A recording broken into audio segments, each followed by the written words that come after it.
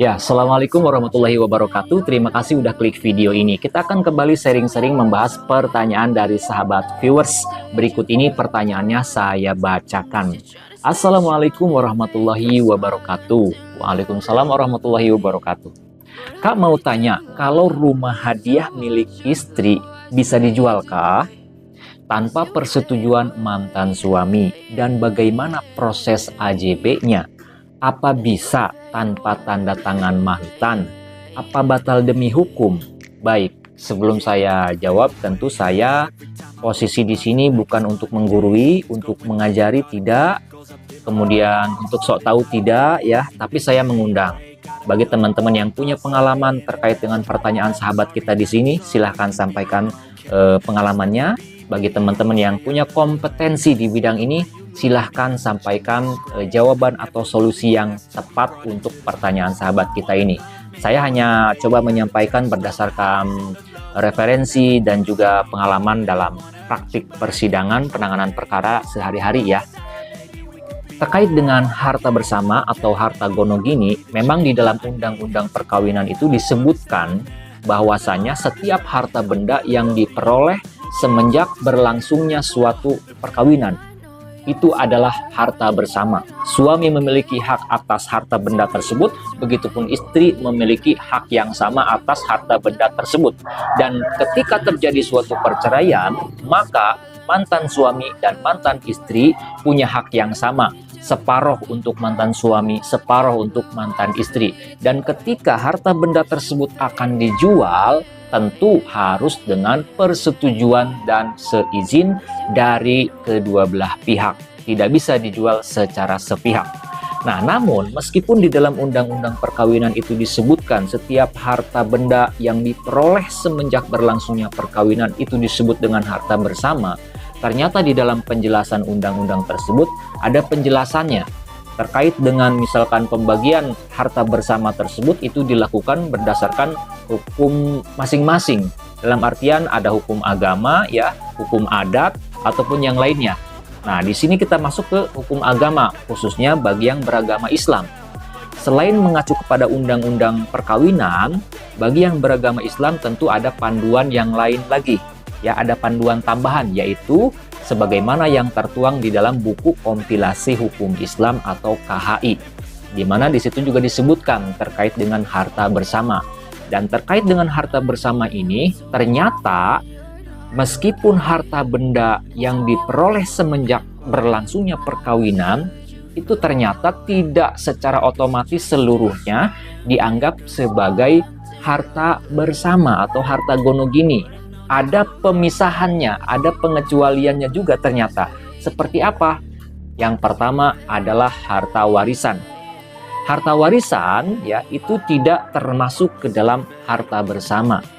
Misalkan suami istri ya, setelah menikah si suaminya ini mendapatkan warisan berupa tanah dari orang tuanya. Nah, tanah yang berupa warisan tersebut itu adalah milik dari si suami tersebut. Dalam artian menjadi harta pribadinya, tidak dimasukkan menjadi harta bersama. Nah, itu adalah harta warisan. Kemudian juga misalkan hibah. Misalkan si istri ya, meskipun sudah menikah ya dengan suaminya, punya suami, nah si istri ini diberi hibah atau misalkan diberi hadiah lah, diberi hadiah berupa motor misalkan oleh orang tuanya pada saat si istri ini berulang tahun. Nah, motor ini statusnya adalah hibah ataupun hadiah, maka si motor ini mutlak menjadi harta pribadi. Jadi tidak otomatis termasuk ke dalam harta bersama. Ya, tidak termasuk secara otomatis menjadi harta gonogini. Ya, jadi ada pemisahan di dalam KHI itu, di dalam kompilasi hukum Islam itu harta warisan, kemudian harta yang diperoleh dari wasiat, kemudian harta yang diperoleh dari hibah, dari hadiah, pemberian, itu menjadi harta pribadi masing-masing. Jadi tidak otomatis menjadi harta bersama, tidak otomatis menjadi harta gonogini. Karena ada pemisahan. Di dalam KHI itu disebutkan harta dalam perkawinan itu ada 3 jenis. Yang pertama harta bawaan, yang kedua ada harta pribadi masing-masing, dan ketiga ada harta pencaharian. Nah, untuk harta bawaan dan harta pribadi masing-masing itu tidak serta-merta mutlak menjadi harta bersama, melainkan menjadi harta pribadi masing-masing, di mana masing-masing pribadi tersebut memiliki kekuasaan penuh terhadap harta atau aset yang merupakan harta bawaan atau harta pribadi masing-masing tersebut. Beda lagi dengan harta hasil mata pencaharian.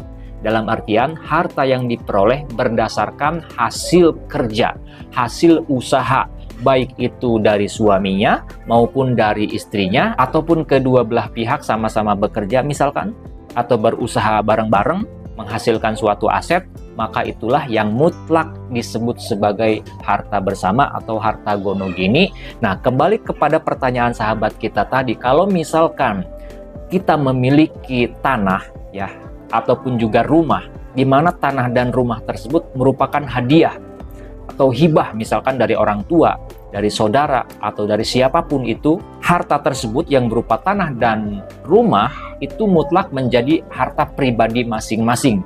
Dalam artian menjadi harta pribadi si istri dalam kasus ini. Nah, karena tanah dan rumah tersebut mutlak milik pribadi dari si istri tadi, maka dia berhak dan berkuasa untuk mengelola ataupun juga mengalihkan tanah dan juga rumah yang merupakan hasil hadiah ataupun hibah. Itu boleh untuk dijual sepihak, meskipun tanpa ada tanda tangan atau persetujuan dari suami. Nah, secara teoritisnya seperti itu teman-teman. Dan dari beberapa perkara kami juga menemukan seperti itu ya di pengadilan. Namun dalam kaitan pembuatan akta jual beli ya, misalkan si istri yang punya harta berupa harta pribadi tadi berupa tanah dan juga misalkan bangunan, itu dijual kepada si pembeli. Nah, penandatanganan AJB-nya tersebut kalau berdasarkan teoritis tadi cukup si istri saja tadi yang menandatangani jual beli dengan si pembeli. Tidak mesti harus ada tanda tangan mantan suaminya. Karena rumah dan tanah tersebut adalah harta pribadi si istri. Nah, akan tetapi di dalam prakteknya, sahabat kita ini ada yang bertanya juga. Katanya dari pihak notaris itu menyampaikan bahwa tanah dan rumah tersebut termasuk harta bersama. Jadi harus ada persetujuan dari mantan suaminya, harus ada tanda tangan mantan suaminya di dalam AJB tersebut. Karena dia mengacu kepada undang-undang perkawinan yang menyebutkan bahwa setiap harta benda yang diperoleh semenjak berlangsungnya perkawinan itu adalah harta bersama, harta gonogini. Jadi kata notarisnya tetap harus ada persetujuan dari mantan suaminya, harus ada tanda tangan mantan suaminya di dalam akta jual belinya nanti. Nah, tentu ini ada pertentangan nih ya antara teoritis dan ada penemuan seperti ini. Ya mungkin notaris punya dasar hukum, punya pandangan dan pengalaman tentunya ya. Itu silahkan ya, tidak ada salahnya. Atau misalkan mau cari perbandingan dulu nih, bertanya lagi ke notaris yang lainnya, apakah sama jawabannya atau ternyata berbeda. Nah, itu silahkan tinggal memilih mau yang mana. Nah, tapi tentunya saya mengundang buat teman-teman yang punya pengalaman, yang punya kompetensi terkait dengan hal ini, silahkan untuk komentar, untuk sharing-sharing di kolom komentar di bawah video ini, agar sahabat kita yang punya pertanyaan seperti ini bisa terbantu dan mendapatkan jawaban yang lebih tepat dan juga akurat. Apabila video ini ada gunanya, channel ini ada manfaatnya, mohon keikhlasan dari pemirsa YouTube semua untuk subscribe ke channel Pengacara Santuy Official. Bukan siapa-siapa, hanya Lawyer Deso. Sampai jumpa di video-video selanjutnya. Assalamualaikum warahmatullahi wabarakatuh.